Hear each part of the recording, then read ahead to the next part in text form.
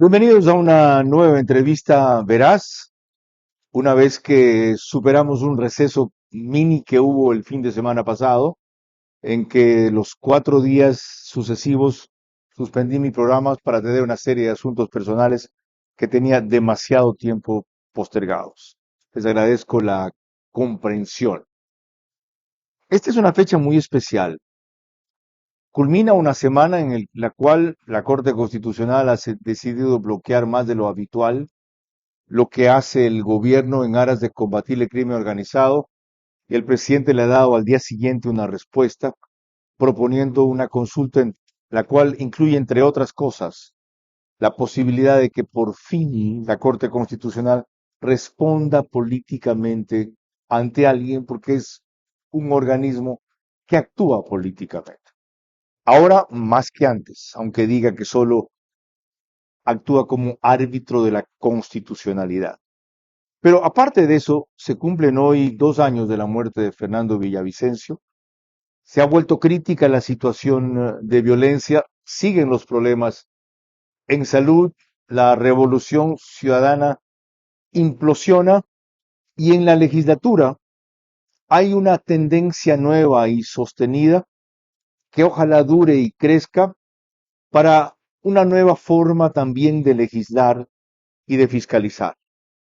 El más representativo en esa tendencia es alguien que tiene mucho tiempo en la política, que incursionó antes en 2 candidaturas fallidas hasta que ganó una que es la que mejor le cuadra a su perfil.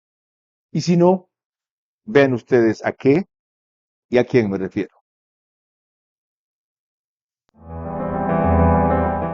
Al Recuerdo asambleísta Andrés Castillo. las primeras sesiones de este Parlamento. Se me hace estarlo viendo. Ahí está, ahí, posesionándose de la curul de Priscila Schettini. Ahí estaba, haciendo una oda, un canto a la democracia, haciendo una oda a Freddy Carrión, ex defensor del pueblo, que también fue sancionado por un delito sexual. Ahí está. Daban ganas de llorar escucharle diciendo que no es el momento del odio, que aquí hay que dar espacio a todos, que no se puede permitir que se persiga a la gente como se hizo con Priscila Schettini por el solo hecho de haber publicado información y de haber actuado con violencia política de género en contra de la fiscal. Ahí decía, cadadito, don Ricardo, cualquier queja que tenga usted, se la recibo por escrito y en valija, pero mandará solo la queja, no mandará nada más, porque con usted no se sabe. Cualquier cosa por escrito y en valija.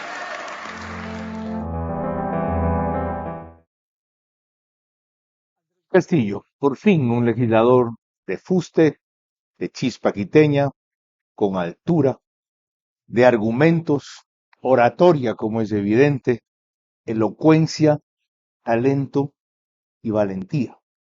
Una faceta que muy pocos de ustedes conocían, yo algo por su trayectoria de estudiante universitario, y que muy poco se ha desarrollado en los foros donde él comparece, que es básicamente entrevistas. Bienvenido, abogado, gracias por aceptar la invitación. Sí, chévere estar aquí, Carlos.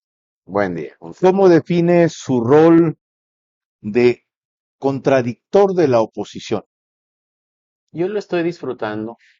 Es el sueño de toda mi vida, el poder participar en la Asamblea Nacional y sobre todo poder participar desde el espacio en el que estoy, en un grupo y una organización política que está trabajando todos los días por resolverle los problemas a la gente, que no se detiene bajo ninguna circunstancia a pensar en el qué dirán, sino más bien buscamos el trabajar por lo correcto, por lo urgente y por lo necesario. ¿No le suena feo ser gobernista? No, algún momento uno cuando sueña en la política, sueña en ser gobierno. ¿Ni le suena incómodo ser compañero de Ferdinand Álvarez? No, no, porque hemos comulgado en varias de las posiciones que el presidente de la República tiene. Él es quien nos junta, él es quien nos une en pensamiento, en formas de entender las cosas.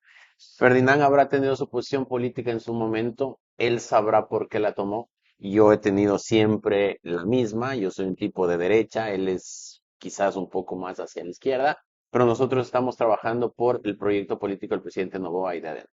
¿No se siente incómodo como abogado de impulsar una pregunta que va a someter a la Corte Constitucional a juicio político de la Asamblea? No, porque la Corte Constitucional, curiosamente, en la Constitución del año 2008, es la única que no tiene control de ninguna característica. Todos los demás funcionarios la tenemos.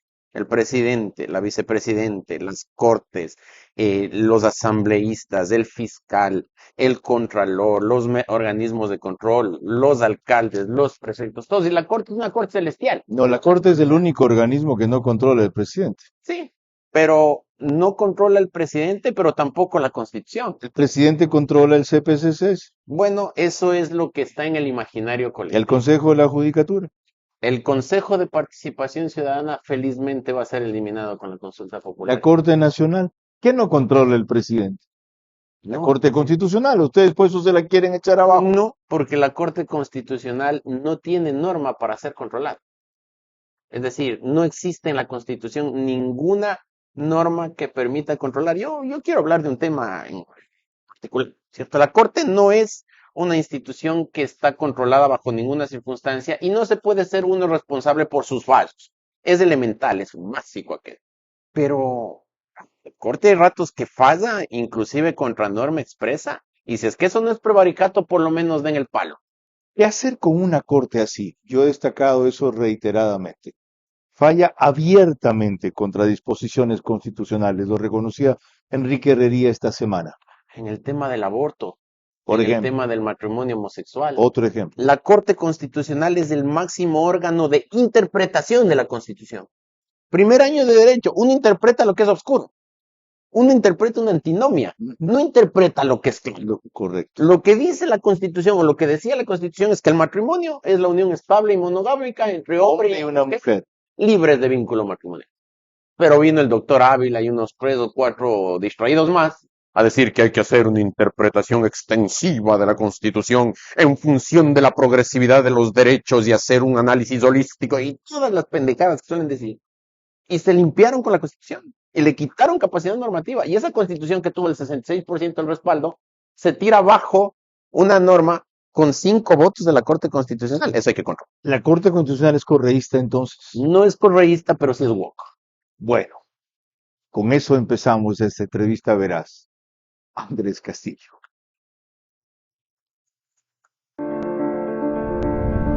Hago periodismo político desde 1975 y de opinión desde 1978.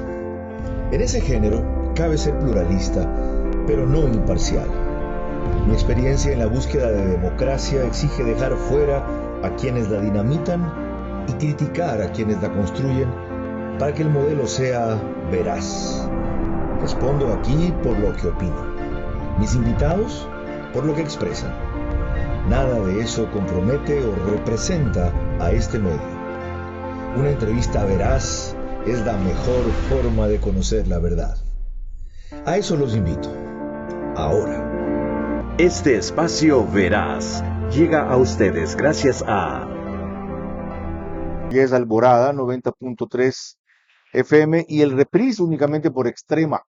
Esto es en Ambato 92.5 para Cotopaxi y Tungurahua.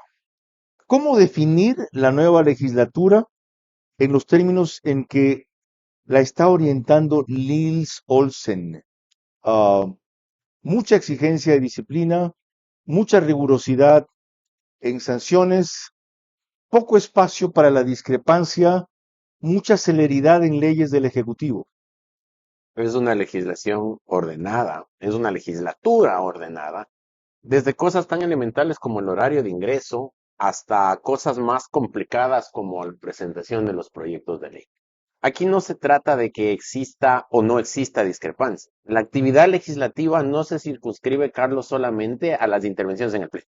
La actividad legislativa es también presentar proyectos de ley, es también presentar observaciones a los Lo del proyectos. Pleno es lo que más se ve. Sí, es la puesta Por en eso escena, se digamos. juzga. Sí, pero, por ejemplo, en los proyectos de ley económico urgentes, Los del correísmo se desleían diciendo que no les daban la palabra, pero no hubo una sola observación por escrito a ninguno de los proyectos económicos urgentes que se presentaron. ¿En serio? Sí. Entonces, si es que no presentas algo en papel, bueno, no te quejes que después no puedes hablar. A propósito del correísmo, ¿qué atribuir el desgrane de ese bloque? A que cada vez más sienten que esa es una organización que no tiene un proyecto político ya. La ¿Usted única agenda ¿Siente que eso sienten en ese bloque? Sí, la agenda política que ellos tienen es la de la impunidad de sus líderes. Todo va apuntado a resolverle el problema a Glass, todo va apuntado a resolverle el problema a Correa, todo va apuntado a que sea candidata nuevamente la señora González y los demás son peones de aquella actividad. Entonces, claro, unos más que otros sienten ya la necesidad de salir por estar absolutamente desubicados dentro de un proyecto que ya no existe. Bueno, hablemos de los proyectos que ha presentado el Ejecutivo. A propósito de la ley de inteligencia, esta fue la posición que tuvo Andrés Castillo cuando concurrió a ver a su manera recién. Yo quiero fortalecer el argumento de que la ley de inteligencia es para anticiparse al cometimiento de crímenes, Carlos. Eso debemos entender y dejarlo bien claro. Una cosa es un proceso judicial que arranca a partir de la comisión de un delito y requiere de la intervención de la fiscalía y de los jueces para levantar la prueba. Y otro muy distinto es el tener un sistema a través del cual el Estado pueda conocer el potencial cometimiento de un crimen y quiénes pueden ser sus autores. Los De esa elementos manera, para eso son evitamos. cuáles? ¿Cuáles son las herramientas que permiten eso? Bueno, hay un subsistema, hay varios subsistemas. Yo me dentro de refiero a las inteligencia. cosas concretas. ¿Las escuchas, por ejemplo? Sí, Sin pero necesidad de orden judicial, pero es que lo es- que hacen es que se enteren los que los van a intervenir. esto es reducir al papel lo que ha venido pasando siempre. La inteligencia, hace unos días atrás, la inteligencia militar cumplió 62 años y durante esos 62 años no ha existido norma que les rija. Ahora existe una norma que establece cuáles son los alcances, ¿Y lo cuáles hacían? son los límites.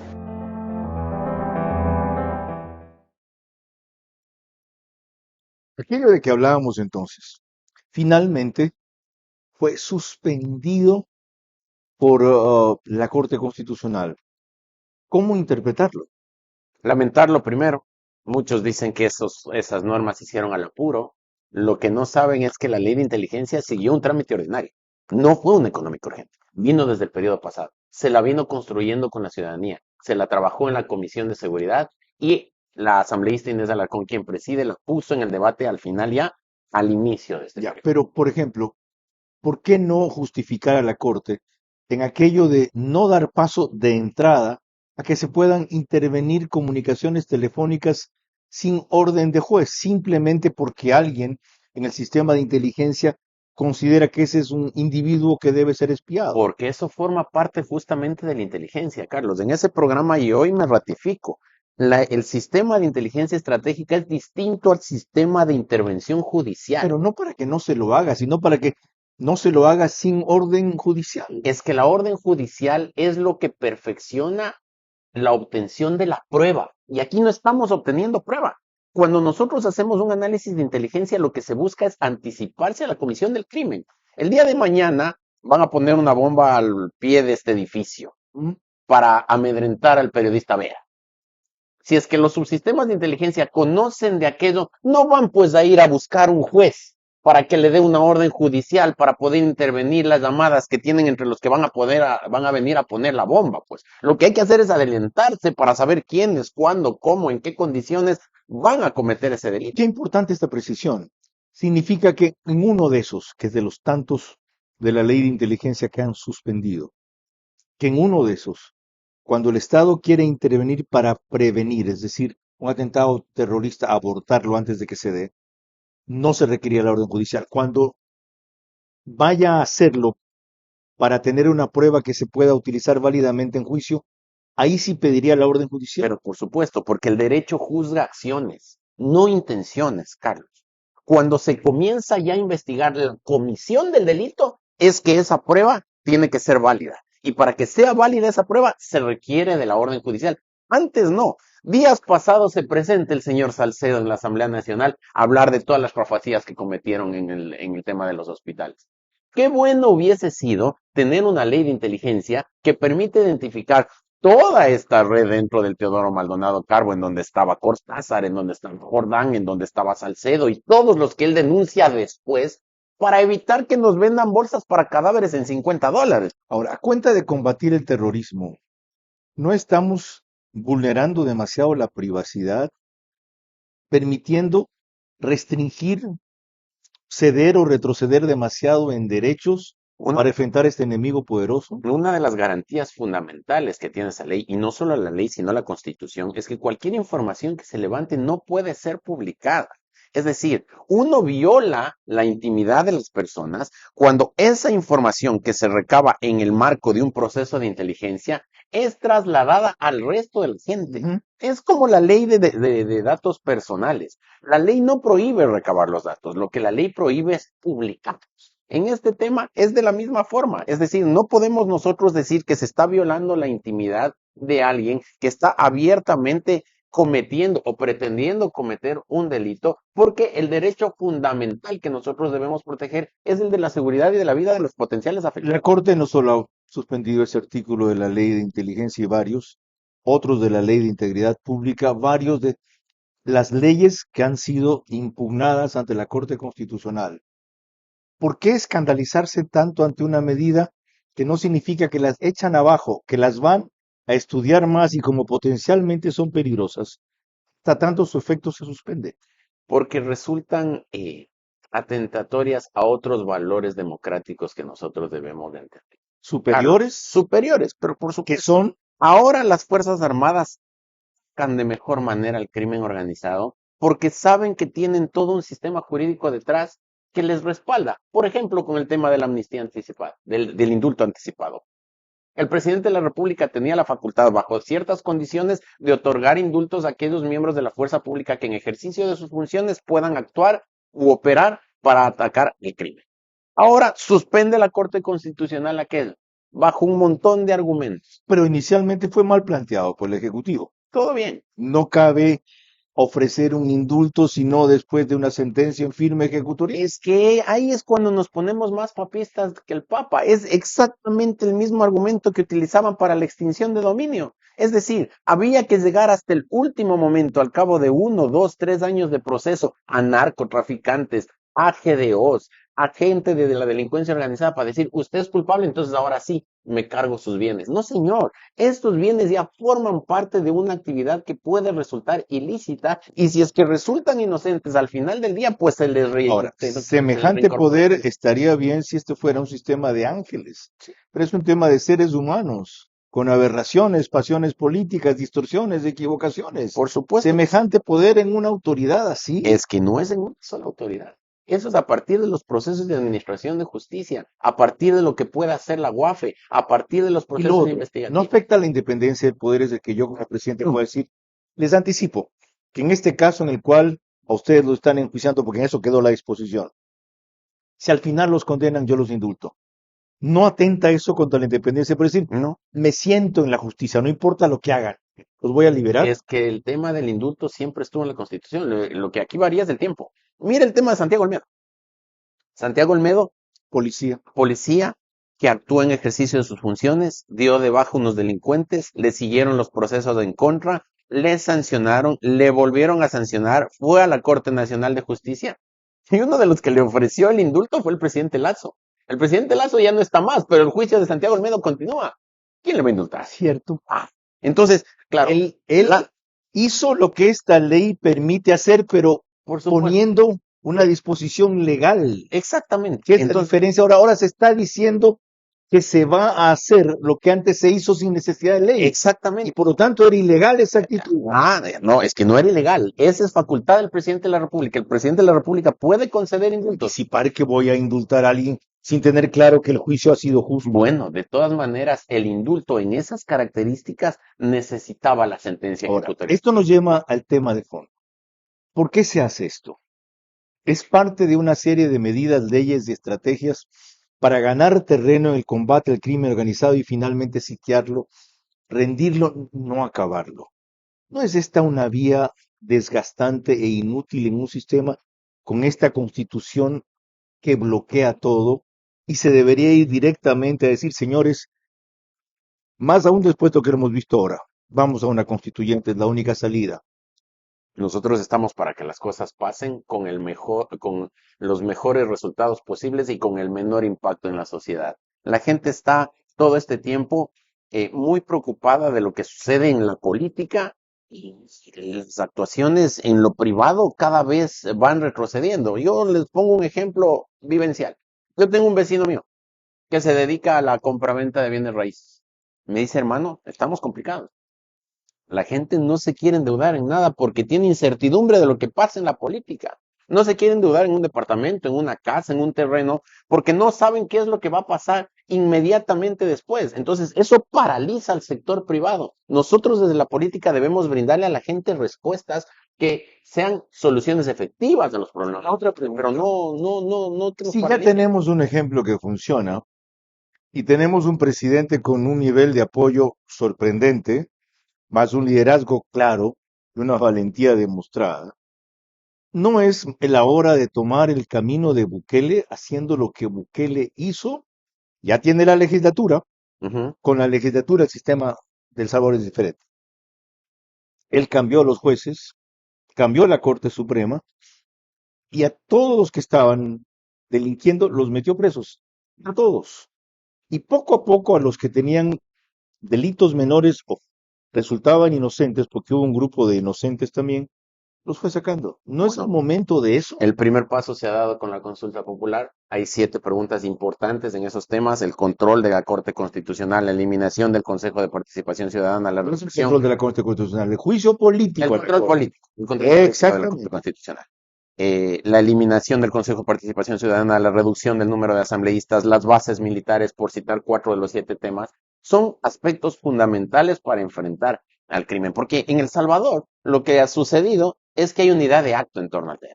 Todas las instituciones se han alineado en función de combatir al crimen organizado. Ciertamente. Tenemos que lidiar con Ramiro García, con la Lolo Miño, con el de más allá, con el de más acá, que se hacen puristas, ¿no? Que ellos hay que, pero al milímetro defender la norma. Los abogados, cuando nos graduamos, juramos defender la justicia. Eso es fundamental. Y lo que está pasando en el Ecuador resulta injusto para todos. Enseguida seguimos con más, con el enfoque de Andrés Castillo, un abogado de la nueva tendencia que en este momento ilumina al Ecuador.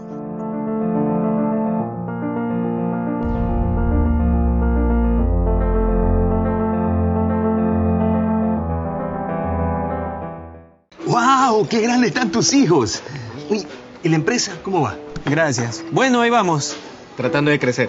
Estamos intentando abrir oficinas en otras 2 regiones.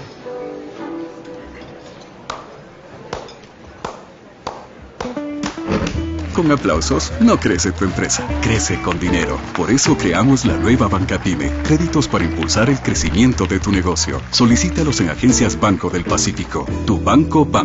¿Puedo pagarte con aplausos? Tu visión.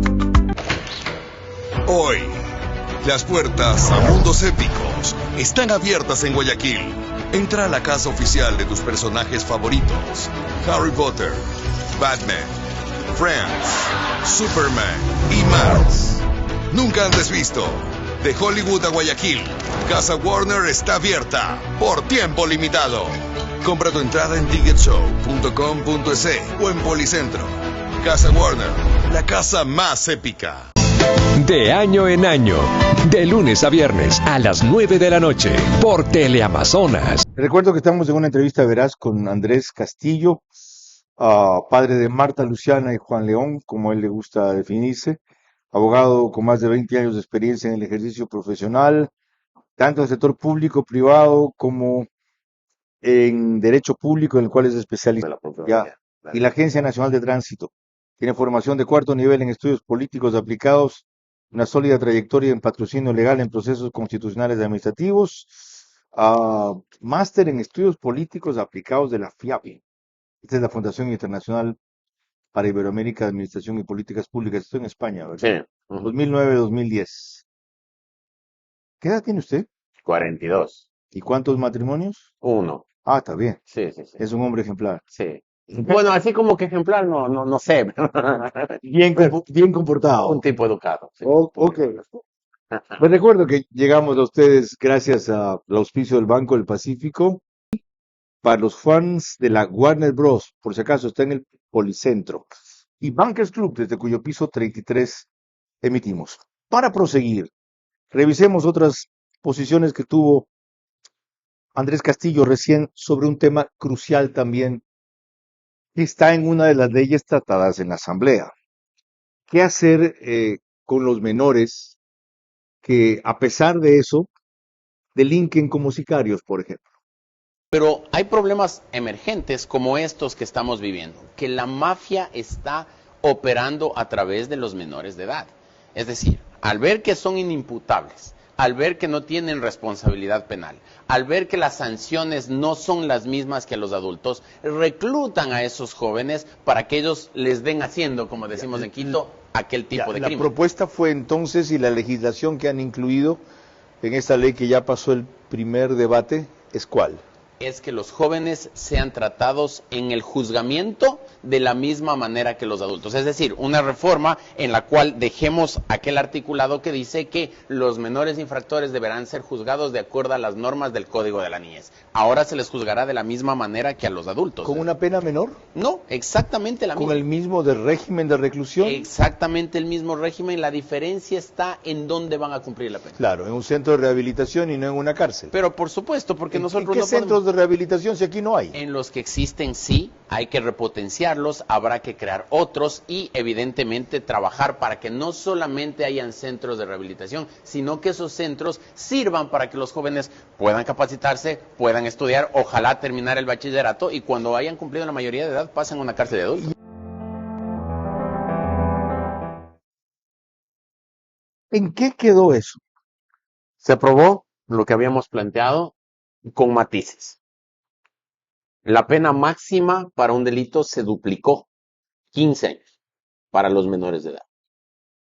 Pasarán a las cárceles de adultos cuando cumplan la mayoría de edad. Una de las cosas que para nosotros fue un tema sensible y que se escuchó y se debatió es que estábamos atacando a la consecuencia del problema que son los niños sicarios. Correcto. Y no estábamos poniendo en el radar a aquellos que los reclutan. Así es que hicimos una mixtura entre las dos leyes, entre la ley de solidaridad que implementó el delito de pertenencia a las bandas y que en esa norma también ponía agravantes a quienes incorporaban a las bandas a los menores de edad y se subía la pena de 26 años por pertenecer a la banda a 30 años por incorporar menores de edad. Y en cuanto al juzgamiento de los menores de edad, en la ley de integridad pública, en cambio, lo que hicimos es que pueden tener acceso a una rebaja del 50% de la pena aquellos jóvenes infractores que denuncien o ayuden a encontrar a quienes los reclutan. El resultado ha sido que el sicariato no ha parado. Bueno. Que más menores delinquen. Conozcan o no la sanción a la que se exponen, esté o no esto vigente. Eso ha sido la consecuencia presente. Lo que nosotros buscamos es proyectarnos hacia el futuro. Y el proyectarnos hacia el futuro implica que comiencen a existir sanciones en torno a este tema, porque hasta ahora no lo tienen muy claro. Y que comiencen a existir esos centros de rehabilitación que usted dice, vamos a adecuarlos o construirlos. ¿Cuándo? Sí, eso es un tema que el Ejecutivo está trabajando ya. ¿Cómo sabe usted? Porque en efecto, cuando nosotros hicimos el proyecto de ley, llegamos a un acuerdo en el cual nos comprometimos a trabajar en esos proyectos. ¿Con qué fondos? Con los fondos que tiene el SNAI. Es decir, sí existen los recursos suficientes. Basta que lo asuma el SNAI para que no funcione. Bueno, pues, el SNAI no se alcanza con las cárceles, ahora va a manejar centros de rehabilitación. Acuérdese usted que el SNAI, de acuerdo a la reforma que hizo el presidente de la República en el Ejecutivo, ahora pasa a formar parte del Ministerio del Interior y ahí hay un presupuesto bastante más amplio y hay una aplicación bastante más amplia de los recursos para estos temas. ¿Cree usted, como otros, que la causa de esto no es la que ustedes sitúan, los que los reclutan, la falta de centros de rehabilitación, el hecho de que la pena en el Ecuador conlleva rehabilitación, lo cual vuelve todo mucho más complicado? En otras legislaciones, la pena no necesariamente conlleva una obligación de rehabilitación, sino en dos cosas fundamentales: pobreza, ¿sí? No hay empleo, y valores. Mucha gente desempleada no es delincuente. Sí. Mucha gente pobre no es delincuente. Mucha gente ignorante no es delincuente. Porque ¿quién creyera, para los que no creen, que en los hogares pobres hay valores? tienen muchos más que a veces ciertos ricos. Y es que eso es lo que Valores. nosotros en eso trabajamos durante la campaña, La gente se Carlos. ufana en decir, pobre pero honesto. Sí. Tito, no vas a robar aunque te falte un pan. Y esos son los postulados que la izquierda ha querido implementar en el Ecuador. Encasillar la pobreza con delincuencia. Esto no es así. Pero la derecha, en cambio, no entiende que si trabajara en eso, el germen principal, no único de la delincuencia, lo atenuaría. Tenemos una vicepresidenta de la República que trabaja 24/7 en todo lo que es política de cohesión social, particularmente con nuestros niños. Tenemos una primera dama de la nación que está trabajando fuertemente en los proyectos de acercamiento de las mujeres que han sido abandonadas, que son madres solteras, que son cabezas de hogar, porque en efecto hay que trabajar en esos temas también. Son cuestiones simbólicas No, muy significativas, pero de mínima cobertura. no, porque esto tiene que ir en desarrollo, es decir, hay que atacar por ambos puntos de vista. Carlos, esto de la delincuencia organizada es un cáncer en la sociedad. Es un cáncer en la sociedad. Y el cáncer hay que atacarlo de dos maneras, con quimioterapia, radioterapia y crisis, y hay que trabajarlo también con prevención y con todo lo necesario para que esto no se dé. Para esto de prevención, siembra, valores, de educación, empleo, inevitablemente a mí los temas, y especialmente cuando estoy con Andrés Castillo, se me cruzan unos con otros. Se requiere continuidad. ¿Usted ve que el presidente se reelija de aquí a 4 años? Más allá de que se reelija, tenemos que acostumbrarnos, Carlos, en el Ecuador a tener políticas de Estado. ¿Usted apoyaría que él plantee una reforma constitucional que permita entonces, después de su segundo periodo, reelección indefinida, a ver qué le dice el pueblo? No, porque yo sí estoy convencido y creo que el presidente Noboa también, que lo mejor que se puede hacer es la alternancia en la democracia. Lo que se deben mantener son los principios, lo que se tiene que mantener son los conceptos, lo que se tiene que mantener los programas. Mira lo que pasa en el Perú. Se mantiene el proyecto. ¿Habrán sucesores? Pero hay un montón. A ver, menciónenlos hoy. Valentina Centeno, Adrián Castro, Andrés Guzmán, Nils Olsen, Andrés Castillo, María José Pinto, Alegría Crespo. Qué formidable ver eso. Porque en verdad todos los mencionados son líderes en gestación con un enorme potencial de creer y de crecer.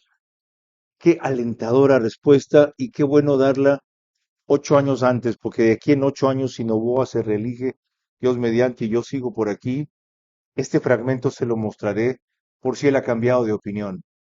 Lo importante es que la causa siga, pero que el líder rote, se renueve. Algo más.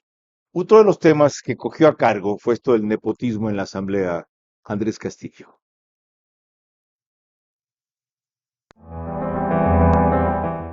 El señor Andrés Valareso Díaz, asesor de la señora Cristina Jacome, es sobrino carnal de Santiago Díaz. Ahí salían en las redes y decían, ¿cómo puedes tú meterte con el sobrino? ¿Qué culpa tiene el sobrino de las violaciones del tío? No estamos acusándole de la violación al sobrino, estamos acusando de que en la Asamblea Nacional hay un cruce de favores entre asambleístas. Yo tengo un pariente, por favor, da contratando tú. Y si es que tú tienes un pariente, trae que lo contrato yo. Pero en eso no se queda la discusión, Carlos. Resulta que el señor Andrés Valareso también es uno de los importantes aportantes a la campaña de la señora Luisa González, tal como se desprende del portal Primicias y de una información que colgué en mi cuenta de X. Y adicionalmente, el señor Santiago Díaz está siendo acusado de violación a la hija de una de las asesoras de la señora Luisa González. Cuidado y que el aporte del señor Andrés Valareso haya sido lo suficiente como para que dentro del grupo íntimo de la señora González hayan decidido tapar el acto criminal de violar una niña, hija de una de las asesoras, porque resulta que el sobrinito ha sido financista de la campaña y ahora eso también le dio patente de corso para quedarse como asesor de la asambleísta Cristina Jacome. Como vieron, esa fue una declaración para del día a la noche del mes pasado. Y yo pensaba, usted está metido en cositerías. ¿Por qué meterse en cositerías como estas que acaba de describir en la asamblea? ¿Qué importancia tiene? Porque esa es la asamblea distinta que nosotros planteamos, Carlos. Hace un rato yo en este mismo espacio decía, los abogados debemos luchar por la justicia más que por las leyes. La ley establece que el nepotismo es una actividad prohibida para con la autoridad nominadora. La autoridad nominadora en la asamblea es el presidente de la asamblea.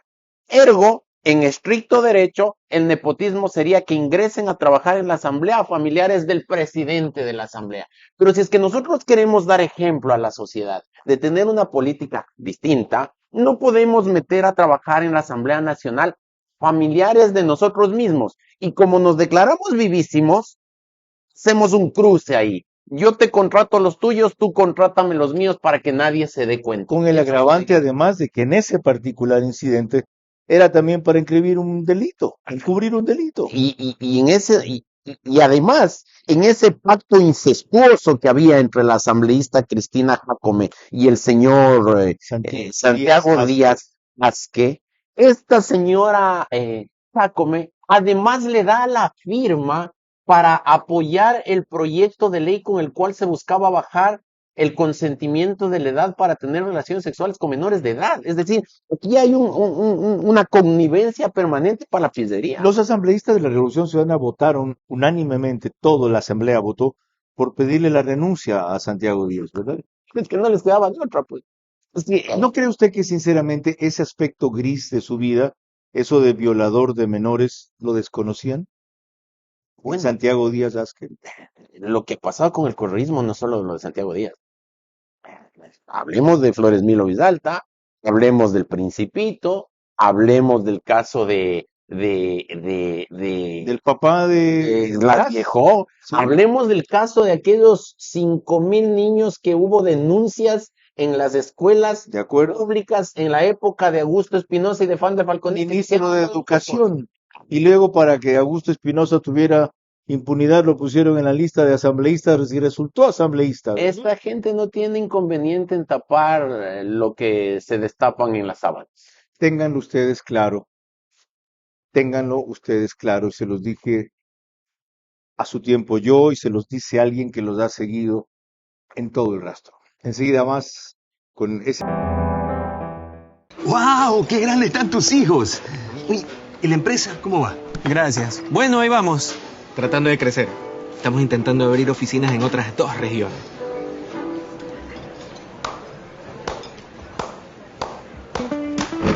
Con aplausos, no que... Sport Agency impulsamos el talento deportivo al máximo nivel.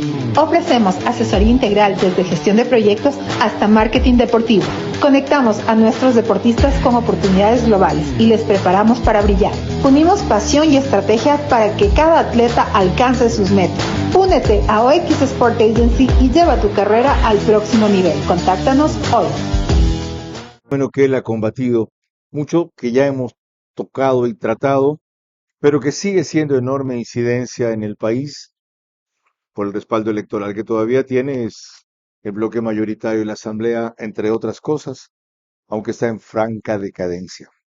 El cuando se buscaba un acuerdo con el roldocismo, lo que iba por delante era la amnistía de Bucaram, siempre.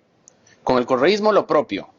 El tema es que, adicionalmente, en la Revolución Ciudadana no hay seguidores, hay fieles. No hay líderes, hay apóstoles. Y esos están dispuestos a inmolarse por lo que fuera. Correa, dentro de la Revolución Ciudadana, es el que da y quita, ¿no? El señor Ferdinand Álvarez ha dicho que él le debe laboralmente todo a Correa. Durante la campaña, Luisa González decía que ya lo hicieron y lo volverán a hacer. Se remite a Correa. Y claro, el primer chuchaqui después de que es el que da y quita. Y dentro de la revolución ya comienzan a existir voces que seguramente le están diciendo, señor, usted es el problema. Yo primero le sugiero a la gente del Correa y no otra cosa más.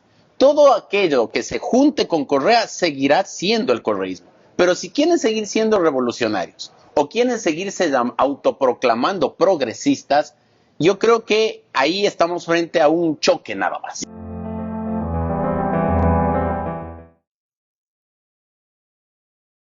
Ya entenderán por qué me retrotraigo yo ahora a eso de octubre del 2023.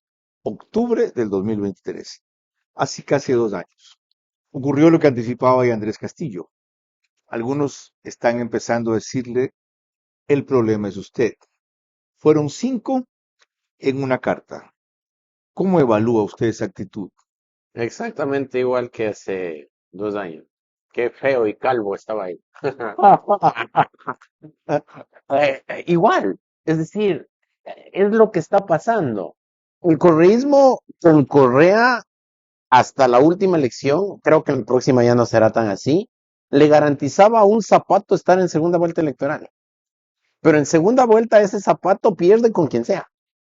Felizmente ahora hay un liderazgo fuerte como el del presidente Noboa, que no solo le gana por el anticorreísmo, sino por lo que él plantea. ¿Usted ve que esos 5 vayan a liderar una nueva opción de izquierda? Marcela Guiñaga, Pavel Muñoz, Llorente se llama, el de No, Lloret.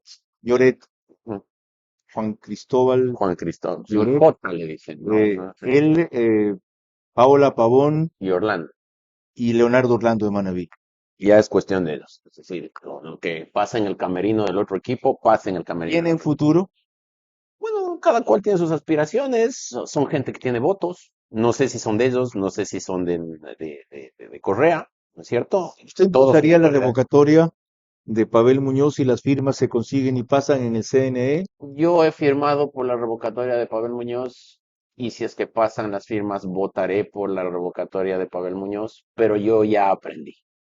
Usted se acordará, Carlos, yo estuve muy activo en el tema de Yunda, estuve participando, ha sido una iniciativa ciudadana, yo respaldo como un soldado más, pero yo estoy desde atrás, porque ahora yo estoy formando parte del equipo de la política y no quiero contaminar aquello. La ciudad de Quito merece mucho más, la ciudad de Quito merece un alcalde que trabaje todo el tiempo para que así sea, no que le esté haciendo campaña a su candidata presidencial, no que esté haciendo lo que no tiene que hacer, que invierta en la ciudad, que aproveche los recursos que se tiene, y en Quito no hay eso. ¿Tienen ustedes candidato o candidata para alcalde? No se ha hablado todavía de nombres, no, pero ¿Hoy gana evidentemente Quito habrá uno. si se va Pavel Muñoz?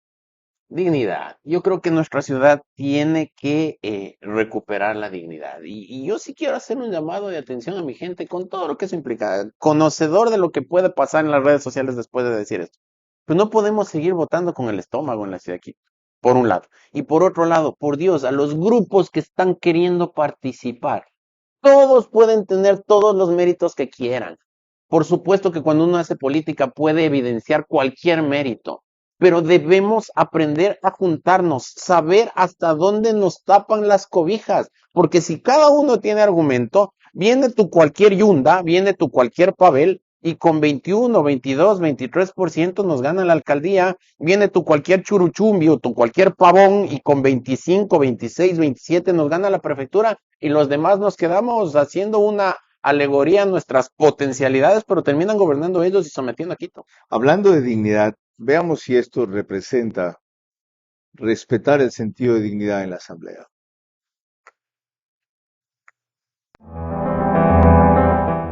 Y déjeme decirle que me gusta que mi cabeza tenga precio. Me gusta porque, como dijo el señor presidente, a mí no me da miedo, a mí me motiva. Sé que por mi cabeza en Riobamba fue de $300,000. Después de esta reunión, no sé cuántos quieran meter más, ¿no? Porque esto es así. A ver, sabes que yo meto 100 más, callémoslo porque todavía no he presentado, pero los voy a presentar y lo quiero aclarar en los medios. A todos. Me los voy a llevar a todos, ¿por qué? Porque definitivamente hay un rato y hay un momento en que el país debe cambiar.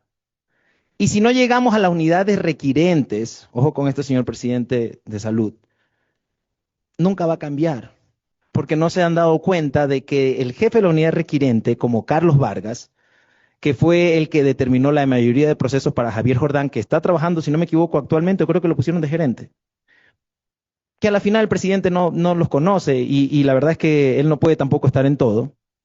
Son las unidades que generan que los proveedores ganen directamente y puedan hacer que haya una ganancia sin necesidad de poder amarrar, sino simplemente una oferta que se entregue correctamente, que se la haga correctamente y que puedan determinar el ganador.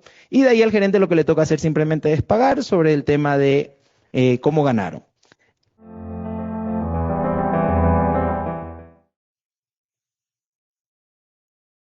¿Qué sentido de dignidad tiene llevar a un tipo como este a la Comisión de Fiscalización a la Asamblea de paso a no decir nada nuevo, sino lo que ya sabíamos y no entregar ninguna documentación reveladora?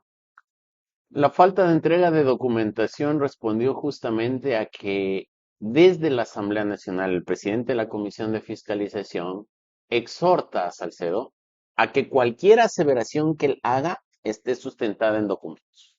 Él alegó ese día en esa comparecencia que había sido notificado apenas con 24 horas de anticipación a su comparecencia, por lo tanto él no podía entregar la información.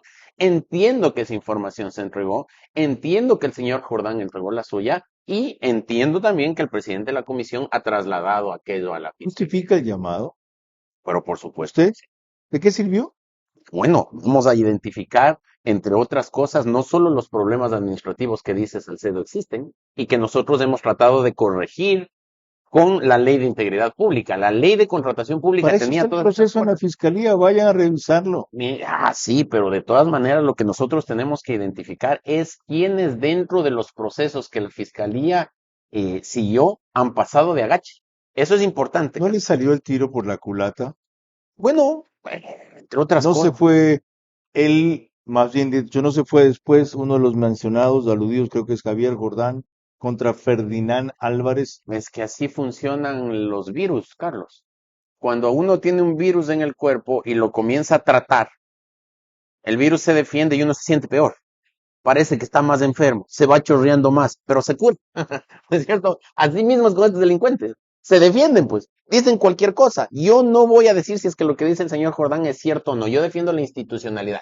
Dentro de la Asamblea hay una comisión de fiscalización, hay un presidente de la comisión de fiscalización, está llevando adelante un proceso de investigación, y lo que digan los delincuentes o los prófugos es tema de ellos. Yo no Y hablando de fiscalización, hemos hablado de su tarea legislativa impulsando o proponiendo leyes, no fiscalizando. ¿A quién va a fiscalizar usted? Bueno, nosotros estamos trabajando ya Usted, en un no el plan. bloque, Yo, el sí, bancada. sí, a mí se me ha pegado esa Sí. costumbre izquierdosa de hablar Ok. de nosotros Ajá. cuando estoy hablando de uno solo. Sí, en realidad, tienes razón. Bueno, los temas en los hospitales es importante hacer fiscalización en territorio. Y nosotros, y yo voy a caminar por ahí, vamos a ir directamente a donde esté el problema. Y bueno, Porque estos temas del requerimiento de información es una lógica absolutamente burocrática. guerra avisada no flexible, mata guerra gente, avisada así no es. mata gente. Entonces, hay que caminar por ahí. Cáigales de Eso es lo que sorpresa tenemos. y evalúen las cosas in situ. Sí, porque Como hay está que... haciendo ahorita Lama en el presidente del Consejo Ejecutivo del IES. Sí, porque a ratos la gente cree que el problema está en las cabezas. Puede haber problemas en las cabezas por falta de esto, de ir, de aterrizar. Pero tenemos problemas desde el bodeguero del hospital XYZ que tiene las medicinas ahí guardadas y que la vende por otro lado, o que hace que se caduquen, o que no entraga la gente, y la gente tiene la percepción de que el problema está arriba. Así es que Ok. vamos a comenzar a caminar por ahí.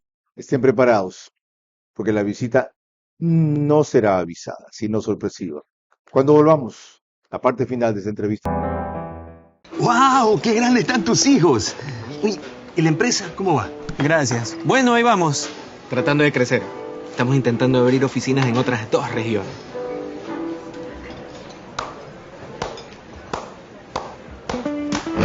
Con aplausos, no. Vive la experiencia Bankers en nuestros amplios salones con vista panorámica. El lugar ideal para celebrar tus eventos sociales y corporativos al más alto nivel. Contáctanos al 099 26 85 224 o a través de nuestras redes sociales @Bankers Club Ecuador y disfruta de los mejores espacios de la ciudad con la mejor gastronomía. Eleva tus eventos al estilo Bankers Club. A las 22 horas. Y entonces la corrupción de que tanto se habla, ¿ustedes creen que va a disminuir o a romperse porque salen los 5.000 servidores públicos? Eso no es cierto, ¿no? De lunes a viernes y domingos. Respetar el Estado de Derecho no es respetar la impunidad o garantizar la impunidad. Involucra evitar la anarquía. Entrevistas que hacen historia. Me daba una sensación muy desagradable cuando el señor Godoy compareció a la Asamblea a decir que no tenía dinero. Y no es como se hace creer de que el Ministerio de Finanzas es el culpable. Y preguntas que abren caminos. ¿Siente usted que están boicoteando su gestión? Vera a su manera. Lunes a viernes y domingos a las 22 horas. Por Facebook y YouTube. RTU. Vamos a concluir esta entrevista sin recordar que hoy se cumplen 2 años del asesinato de Fernando Villavicencio. ¿Qué hacer para que el resto de la verdad termine de salir? Dar seguimiento a lo que sucede. Una de las intervenciones más reproducidas de Villavicencio es justamente sentado aquí. Cuando dijo el correísmo no volverá. Por eso el correísmo nunca volverá. Este programa, guárdenselo. El correísmo nunca volverá. Rafael Correa nunca volverá a la García Moreno, a Carondelet. Jamás. Ok. Porque tú me dices que no entendió. Sí entendió. Hay un sector que no entiende. Pronto entenderá. Ya. Pero la gran mayoría de ecuatorianos ya entendió. Y yo eso comparto, y como comparto, lucho para que así sea. Yo nunca fui seguidor de Villavicencio, no lo fui, tengo que decir con frontalidad aquel. Pero es un tipo que cambió la historia del país para bien. Y algunos de los postulados que él planteó hay que recogerlos. Entre esos, no podemos permitir que la mafia nuevamente gobierne este país. Abogado Andrés Castillo, gracias por comparecer en un momento tan crucial para el país y para la política que lo está agitando y lo está orientando también. Ojalá no lo deslumbre a él.